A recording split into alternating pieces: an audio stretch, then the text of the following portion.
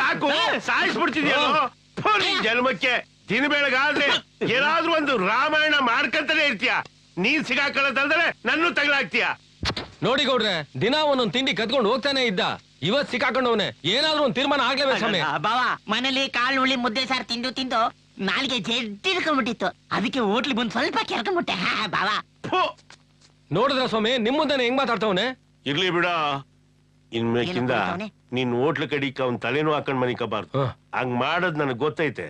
ಬಾ ಏನ್ ಬಾವಾ ನೀನು ನನ್ ಪರ ಮಾತಾಡ್ತೀಯ ಅಂದ್ರೆ ಕಂಡೋರ್ ಪರ ಮಾತಾಡ್ತೀಯಲ್ಲ. ಮುಚ್ಕೊಳ್ಳ ಬಾಯ. ನಾನ್ ಯಾವತ್ತಿದ್ರು ನ್ಯಾಯದ ಪರ ಕಡ್ಲ. ಹೊಟ್ಟೆಲ್ ಹುಟ್ಟಿದ್ ಮಗ್ನಾದ್ರೂ ಸರಿ, ಬಾಬೈದಾದ್ರೂ ಸರಿ, ಶಿಕ್ಷೆ ಅನುಭವಿಸ್ಲೇಬೇಕು. ಅದೇನ್ ಶಿಕ್ಷೆ ಅಂತ ಹೇಳಿ ಗೌಡ್ರೆ. ಏನ್ ಶಿಕ್ಷೆನಾ? ನಾನ್ ಎಷ್ಟ್ ತಿಂತೀನೋ ಈ ನನ್ನ ಮಗನು ಅಷ್ಟೇ ತಿನ್ಬೇಕು.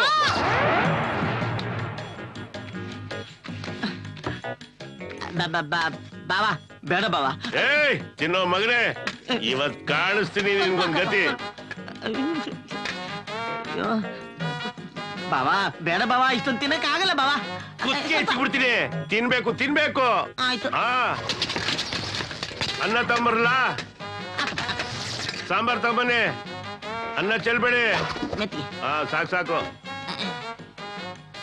ಅನ್ನ ಏ ಬೈದ, ಸುಸ್ತಾಗ್ಬಿಟ್ಟೆ ಅಲ್ಲ? ಇನ್ಮೇಲಿಂದ ಇಂಥ ಕೆಲಸ ಮಾಡ್ಬೇಡ. ಸಾಕು ಅಂತ ಕೈ ತೊಳ್ಕೊಂಡೆ ತಗೋ. ಪೋಟಿ ಅಂದ್ರೆ ಪೋಟಿ, ನೀನ್ ಯಾವತ್ತೂ ಸೋಲ್ಬಾರ್ದು. ಗೆಲ್ಬೇಕು. ತಿನ್ನು. ಏ ಬೇಡ ಕೊಡು, ಮಾತ್ ಕೇಳು.